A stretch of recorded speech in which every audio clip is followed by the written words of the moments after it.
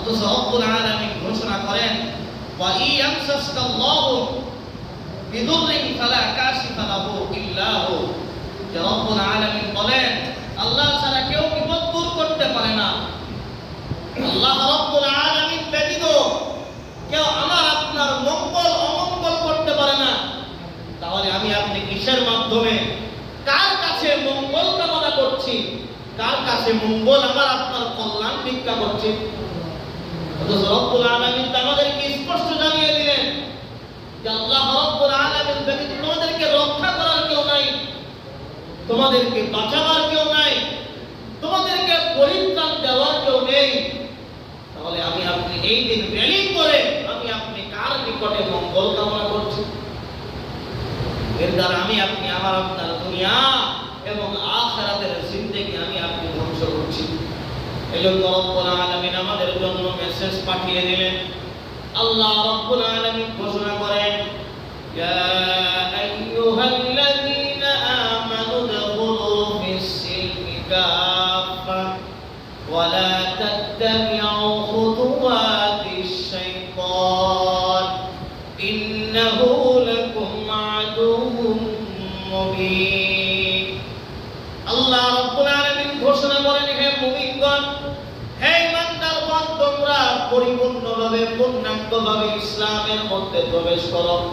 তোমরা অভিশপ্ত শয়তানের পদাঙ্ক অনুসরণ করো না। নিশ্চয়ই এই শয়তান মানুষদের প্রকাশ্য শত্রু। আল্লাহ রব্বুল আলামিন চিহ্নিত করে দিলেন। এই আয়াতে কারিমার দ্বারা রব্বুল আলামিন তিনটি মেসেজ আমাদেরকে দিলেন।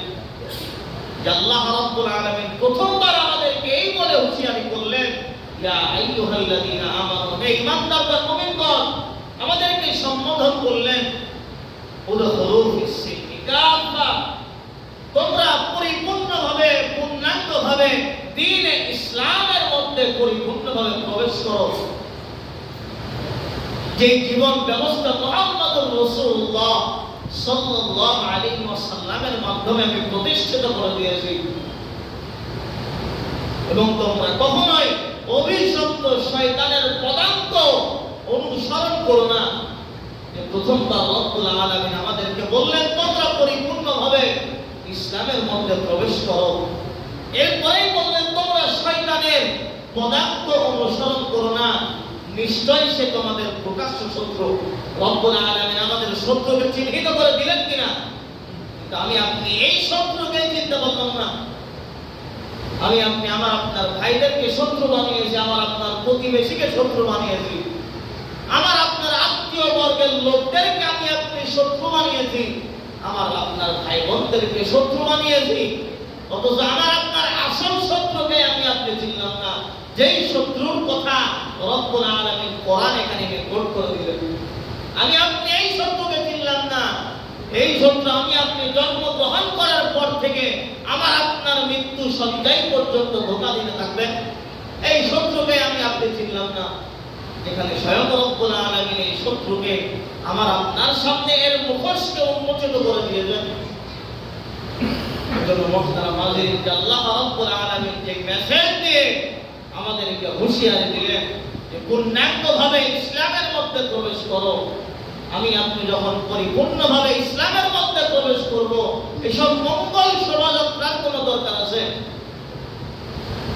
কোন মূর্তি পূজার দরকার আছে?